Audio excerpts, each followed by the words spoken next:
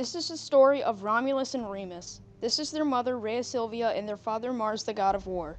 Before Romulus and Remus were born, there were two brothers, Numitor the king and his evil brother Emilius.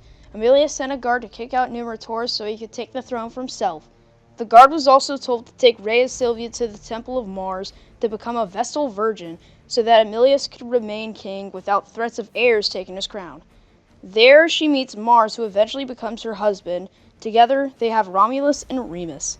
Emilius is told by a guard that Rhea Silvia just had two twin boys, which frightens Emilius.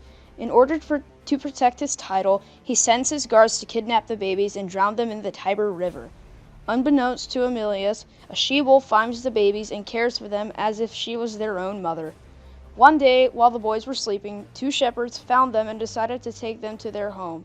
Eventually, Emilius realizes the boys are alive, so he orders his guards to find them.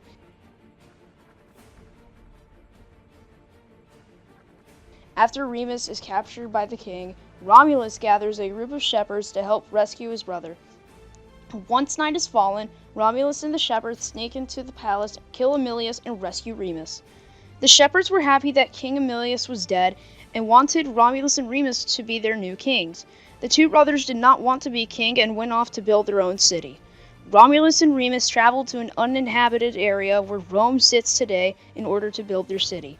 Romulus wants to build the city on top of the Palatine Hill, while Remus prefers the Aventine Hill. Since they cannot agree, they decide to have an augury to see where their city will be made. Remus sees the sign of 6 vultures, while Romulus sees the sign of 12 vultures shortly after. They claim to have both won and start to argue.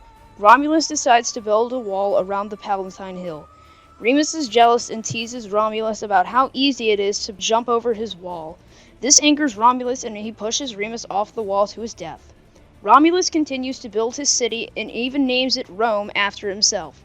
Once Rome is established in 753 BC, he gains an army, the Senate, and crowns himself King of Rome.